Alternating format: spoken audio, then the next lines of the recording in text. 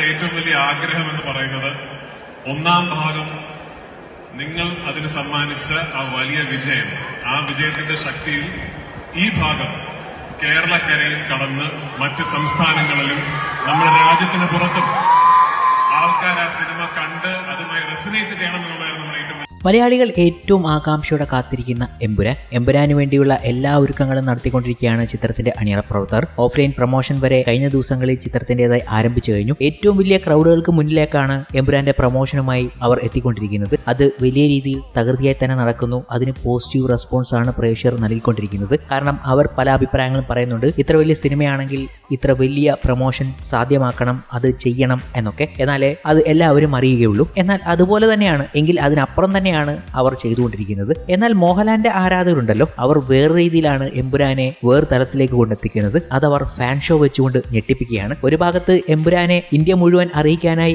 ഗംഭീര പ്രൊമോഷൻ നടത്തുന്ന അണിയറ പ്രവർത്തകർ ഉണ്ടെങ്കിൽ മറ്റൊരു ഭാഗത്ത് ലാലേട്ടന്റെ ആരാധകരാണ്. ചിത്രമിറങ്ങാൻ ഇനി ഏറെ ദിവസങ്ങൾ ഉള്ളപ്പോഴും ഫാൻ ഷോകൾ ചാർട്ട് ചെയ്ത് അവർ ഞെട്ടിപ്പിക്കുകയാണ്. 200 മുകളിലുള്ള ഫാൻ ഷോകൾ ഇതുവരെ ചാർട്ട് ചെയ്തു കഴിഞ്ഞു എന്ന റിപ്പോർട്ടുകളാണ് ട്രേഡ് അനലിസ്റ്റുകൾ കഴിഞ്ഞ ദിവസം നൽകിയിരിക്കുന്നത്. എമ്പുരാന്റേതായി ഇത് ഞെട്ടിപ്പിക്കുന്ന കണക്കുകളാണ്. ഫാൻ ഷോയിൽ റെക്കോർഡുകൾ സൃഷ്ടിക്കുന്നത് മോഹൻലാൽ ഫാൻസിന്റെ സ്ഥിരം പല്ലവിയാണ്.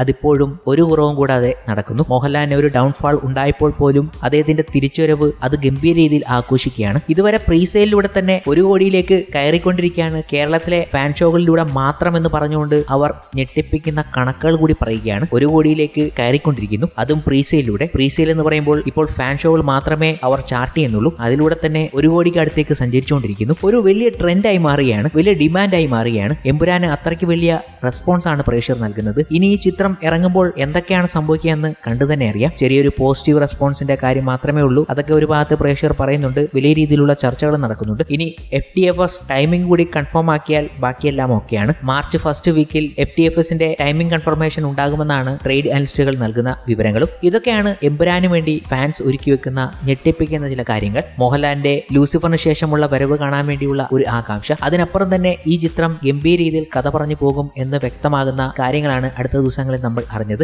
എമ്പുരാൻ എന്ന ചിത്രത്തിന്റെ ക്യാരക്ടർ പോസ്റ്ററുകൾ പുറത്തു വന്നപ്പോഴാണ് ആ നിമിഷങ്ങൾ നമ്മൾ മനസ്സിലാക്കുന്നത്. കാരണം സായിദ് മസൂദ് എന്ന കഥാപാത്രം അവതരിപ്പിക്കുന്ന പൃഥ്വിരാജുമായി ബന്ധപ്പെട്ട ചില ക്യാരക്ടർ പോസ്റ്റേഴ്സുകളാണ് എത്തിയിരിക്കുന്നത്. പൃഥ്വിരാജ് അവതരിപ്പിക്കുന്ന സായിദ് മസൂദിന്റെ ഫാമിലിയിൽപ്പെട്ട ആൾക്കാരെയാണ് ഇപ്പോൾ കാണിച്ചുകൊണ്ടിരിക്കുന്നത്. കഴിഞ്ഞ ദിവസം സായിദ് മസൂദിന്റെ അമ്മയുടെ റോൾ അവതരിപ്പിക്കുന്ന ആക്ട്രസിനെ കാണിച്ചു. അതിനുശേഷം സായിദ് മസൂദിന്റെ ഫാമിലിയിൽപ്പെട്ട മറ്റൊരു കഥാപാത്രത്തെയും കൂടി കാണിച്ചിരിക്കുകയാണ്. ക്യാരക്ടർ നമ്പർ 23 അവതരിപ്പിച്ച ഐശ്വര്യ ഓജായുടെ കഥാപാത്രത്തെയാണ്, ഹാനിയ എന്ന കഥാപാത്രത്തെയാണ് ഐശ്വര്യ അവതരിപ്പിക്കുന്നത്. സായിദ് മസൂദിന്റെ ഫാമിലിയിൽപ്പെട്ട ആളാണെന്ന് ഐശ്വര്യ പറയുകയും ചെയ്തു. അങ്ങനെ ഇൻഡെപ്തായ ഫാമിലിയിലേക്ക് ഇറങ്ങിച്ചെല്ലുന്ന രീതിയിൽ കഥ പറയുകയാണ്. കഴിഞ്ഞ തവണ സ്റ്റീഫൻ നെടുമ്പള്ളിയുടെ ഫാമിലിയിലേക്കാണ് ഇറങ്ങിച്ചെന്നതെങ്കിൽ ഇത്തവണ സായിദ് മസൂദ് എന്ന പൃഥ്വിരാജ് അവതരിപ്പിക്കുന്ന കഥാപാത്രത്തിലേക്കാണ് ഇറങ്ങിച്ചെല്ലുന്നത്. ഒരു വ്യത്യസ്ത രീതിയിലുള്ള എഴുത്തായിരിക്കും മുരളി ഗോപിയിൽ നിന്നും നമ്മൾ പ്രതീക്ഷിക്കുന്നതും. അങ്ങനെ ചില കാര്യങ്ങൾ കൂടി എടുത്ത് സൂചിപ്പിക്കുകയാണ് അവർ. പ്രേക്ഷകർ തന്നെ ഇത് പല രീതിയിൽ ചർച്ച ചെയ്യുന്നുണ്ട്. എന്തായാലും കഴിഞ്ഞ ദിവസം ഇതുകൂടാതെ മറ്റൊരു കാര്യം കൂടി വലിയ രീതിയിൽ ശ്രദ്ധ നേടിയിരുന്നു. പ്രകാശ് രാജ് മോഹൻലാലിനെ കുറിച്ച് പറഞ്ഞ ചില ഗംഭീര കാര്യങ്ങൾ വലിയ രീതിയിൽ വൈറലായി മാറുകയും ചെയ്തു. ആ വീഡിയോകൾ ഇന്ത്യൻ സിനിമയിലെ ഏറ്റവും മികച്ച ചിത്രങ്ങളുടെ പട്ടിക എടുത്താൽ അതിൽ മുൻപന്തിയിൽ തന്നെ കാണും മണിരത്നം ഒരുക്കിയ ഇരുവർ. മോഹൻലാൽ, പ്രകാശ് രാജ് എന്നിവരുടെ മികച്ച പ്രകടനങ്ങൾ കൊണ്ട്